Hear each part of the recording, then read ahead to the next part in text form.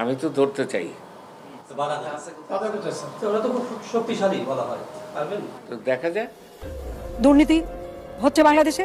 দুর্নীতি যদি সত্যি হতো, আমি শিক্ষা পাইছি মাহবুব ভাই যে ক্ষমতা হইলেই অন্যের বাপের কলেজ গোবর ফাঁস করলো কালবেলা, সেইটা নাকি মুনিয়া হত্যা ধামা চাপা দেওয়ার জন্য বসুন্ধরা কর্তৃক যে টাকা পয়সা জমি ফেলা। আসসালামু আলাইকুম দর্শক, দেশ ও দেশের বাইরে থেকে যারা এই মুহূর্তে আমার ভিডিওটি ওপেন করেছেন সবাইকে অসংখ্য অসংখ্য ধন্যবাদ।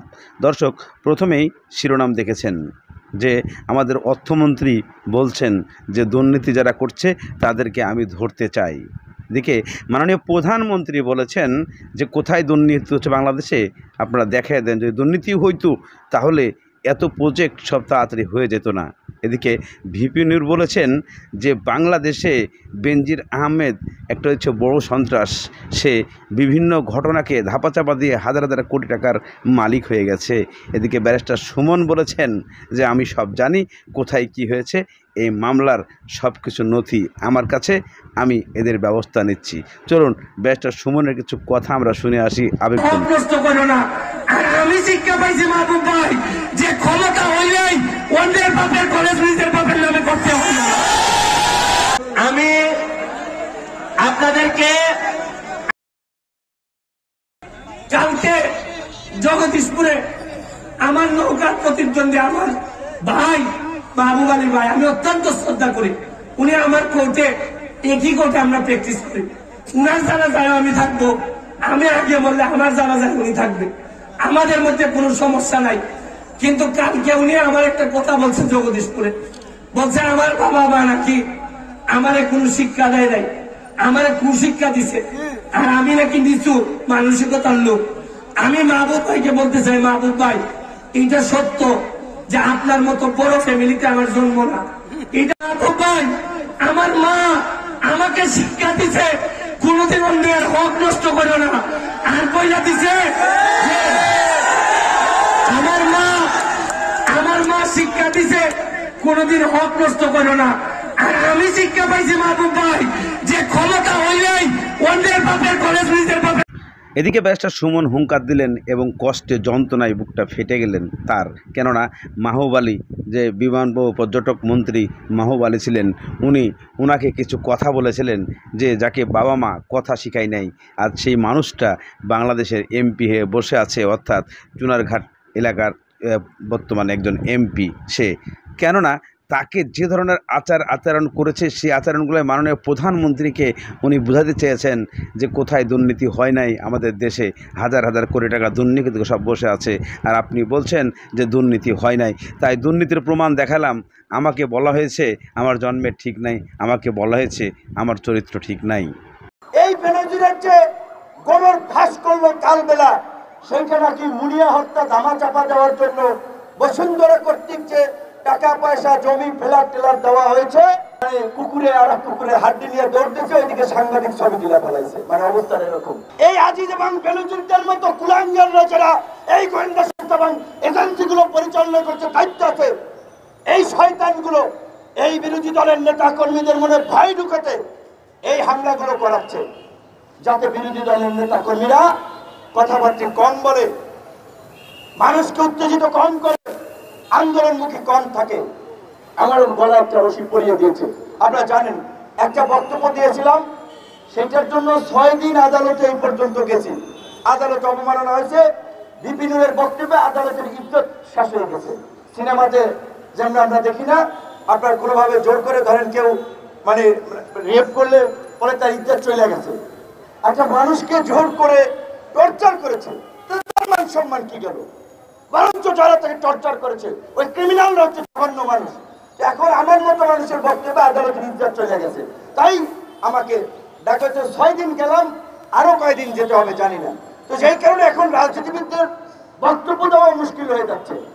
ওবায়দুল কাদের বলেছে যে সরকার কাউকে ছাড় দেয় না আজিজ এবং বেনজির ইস্যুতে। এই সরকার কি আজিজ এবং বেনজিরদের বিরুদ্ধে স্বপ্রণোদিত হয়ে কোনো ব্যবস্থা নিয়েছে? দুদক তদন্ত করেছে।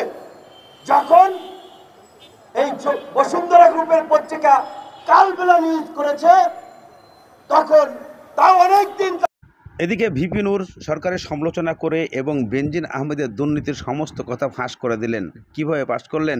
যে এই কালের কণ্ঠ এই পত্রিকা যখন বেনজির আহমেদের নিউজ করলো, তখনই বাংলাদেশে সবার মাথা লড়ল এবং সবারই কথা হলো। এদিকে এমপি ব্যারিস্টার সুমন উনি যখন মামলা করলেন, রিট করলেন, তখন সবার নাক লড়ল। কিন্তু এর আগে কারোই লড়ে নাই এবং হাজার হাজার কোটি টাকা নিয়ে বসে রয়েছে। মানুষকে কত নির্যাতন করেছে, আজকে 1400 বিঘা জমি করেছে, কিন্তু তার বিরুদ্ধে কোনো আইনি ব্যবস্থা করা হচ্ছে না এবং তাকে এখন পর্যন্ত কোনো শাস্তি দেওয়া হয় না। আর আমাকে একটি আইন অবমাননা করার কারণে, আদালত অবমাননার কারণে 6 বার কিচ্ছু করে নাই। একজন স্বতন্ত্র এমপি আর অনেকে লোকের কাছে চিঠি দিয়েছেন এবং যখন আজিজের উপরে স্যাংশন এসেছে তখন তারা নড়ে চড়ে বসেছে যে আজিজ জয় বাংলা হয়ে গেছে। তো কাজী এখন যদি বেনজিরের বিরুদ্ধে পদক্ষেপ না নেওয়া হয়, আলটিমেট দায় সরকারের উপরে আসবে। অথচ আমরা শুনেছি এই বেনজিরের যে গোবর ফাঁস করলো কালবেলা, সেইটা নাকি মুনিয়া হত্যা ধামা চাপা দেওয়ার জন্য বসুন্ধরা কর্তৃক যে টাকা পয়সা জমি ফ্ল্যাট টেলার দেওয়া হয়েছে সেটা নিয়ে সমস্যা হয়েছে। তাই এক মানে কুকুরে আর কুকুরের হাড্ডি নিয়ে দৌড় দিচ্ছে, ওইদিকে সাংবাদিক ছবি তুলে ফেলাইছে। মানে অবস্থা এরকম যে তারা নিজেদের অপকর্ম ভাগ বাটোয়ারায় ঘাটতি পড়েছে, তাই এটা পত্রিকা এসেছে। না হলে হয়তো পুলিশ প্রধান বেনজিরের এই ইতিহাস হয়তো আমরা জানতাম অনেক পরে। আজিজ সাহেবের কথা, সেনা আইনে বিচার হবে অর্থমন্ত্রী বলেছিলেন। তো যখন পাওয়ারে ছিল তখন কি করেছেন? কিছু করতে পেরেছেন? এবং আমি আপনাদেরকে বলছি, আদৌ আজিজ এবং বেনজিরকে সরকার কিছু করবে কিনা সন্দেহ আছে।